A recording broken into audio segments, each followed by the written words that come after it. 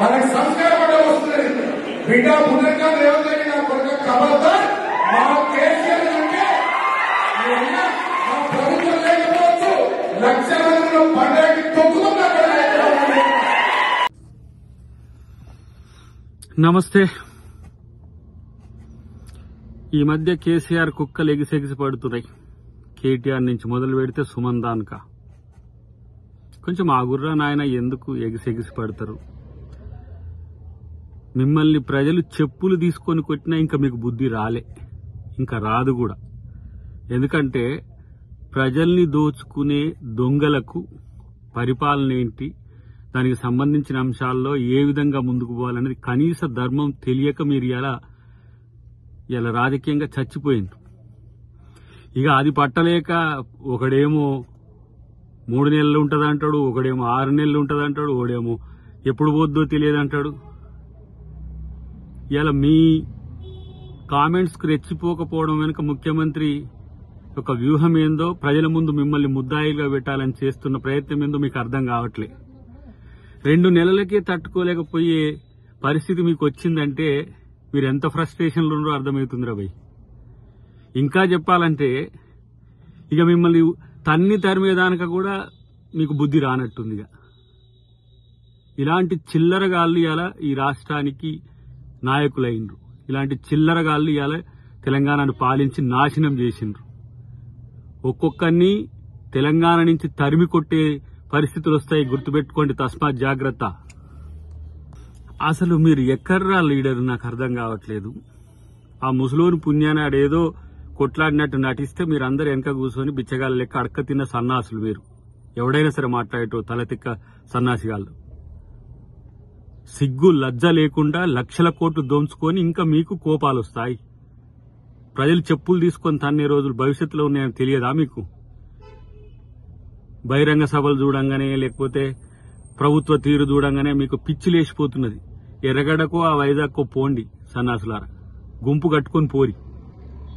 ఇలా నేను అంటున్న మీ అక్రమాలకు ఆగడాలకు ప్రజలు శిక్ష వేయబట్టి మీరు తగ్గింది కానీ, లేకపోతే 3వ సారి మీరు అధికారంలోకి వస్తే పరిస్థితి, రాష్ట్ర పరిస్థితి ఏంది, ఇక్కడ ప్రజాస్వామ్యం పరిస్థితి ఏందో అందరికి తెలుసు. కాబట్టే మీరన్న దానికంటే 100 మాటలు ఎక్కువ అనగల శక్తి కాంగ్రెస్ కార్యకర్తలకు, కాంగ్రెస్ నాయకులకు ఉన్నది. ఈ మౌనం కేవలం ప్రభుత్వం వచ్చింది ప్రజల కోసం మనం ఆలోచించాలనే ఉద్దేశం.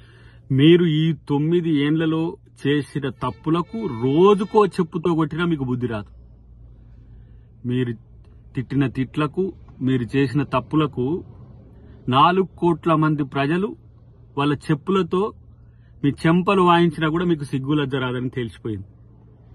ఇంకా ప్రతిపక్షమని గౌరవించడము, ప్రజాస్వామ్యమని గౌరవించడం అని అంత మూర్ఖపు ఆలోచనలు చేస్తున్నాం మేము. ఎందుకంటే అయ్యో రాజ్యాంగం ఉంది, ప్రజాస్వామ్యం ఉంది, దాన్ని గౌరవించాలి, ప్రతిపక్షాలకు కూడా మర్యాద ఇవ్వాలి, గౌరవం ఇవ్వాలంటే ఇలాంటి దిగజారుడు రాజకీయాలకు తెగబడితే ఇంకింతకంటే నీచం ఏమైనా ఉన్నదా? ఇలా నేను అంటున్న ప్రజలకు ఒక పిలుపునిస్తున్నా. ఇలాంటి దద్దమ్మల వల్ల, ఇలాంటి పనికిరాని చెత్తగాళ్ల వల్ల తెలంగాణ సమాజానికి ఏం ఒరిగడు.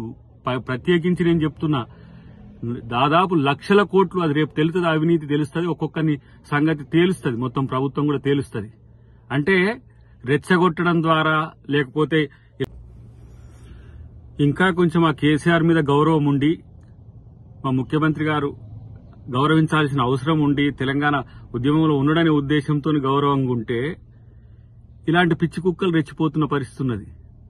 ఇప్పుడు నాయన కేటీఆర్, ఏందిరా బాబు నీ బాధ, ఏందిరా నాయన ఇదంతా?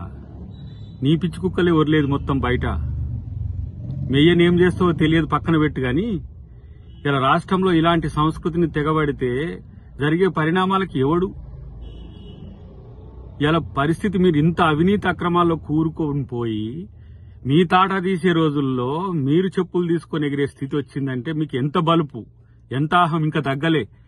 ప్రజలు పండబెట్టి తొక్కినా సరే మీకు ఇంకా బుద్ధి రాలేదని తెలిసిన తర్వాత ఇక మిగతాది కూడా ప్రజలే చూసుకుంటారు. ఇలాంటి పనికిరాని చెత్త అహంతోనే నువ్వు మెయ్యనోడగొట్టినవు. నీ పుణ్యమే ఇలా వచ్చింది. మళ్ళా తగుదునమ్మా అని చెప్పి వేసి భజన పరులంతా బయటకు వెళ్ళుకొని తిరుగుతున్నారు. ఇలా తెలంగాణ తెచ్చుకున్నందుకు తెలంగాణ ప్రజలు అరగోసపడుతుంటే ఇలా కాంగ్రెస్ పార్టీ నాయకత్వం రేవంత్ రెడ్డి గారి నుంచి మొదలు పెడితే ప్రతి ఒక్కరు ఈ రోజు కష్టపడి ప్రజల్ని చైతన్యం చేసి నీ నుంచి విముక్తి కలిగిస్తే మళ్లీ ఇలాంటి అసహనం ఏదో విద్వేషం విషం జిమ్మే ప్రయత్నాలు చేస్తున్నారు మానుకోండి బిడ్డలారా. ఎక్కువ తక్కువ చేస్తే తాట తీసుడు తప్పదనేది మీరు గుర్తుపెట్టుకోండి. ఏదో మౌనంగా ఉన్నారు గిట్లనే ఉంటారు అనుకుంటే మాత్రం దానికి తీవ్ర పరిణామాలు కూడా ఉంటాయి. జాగ్రత్త.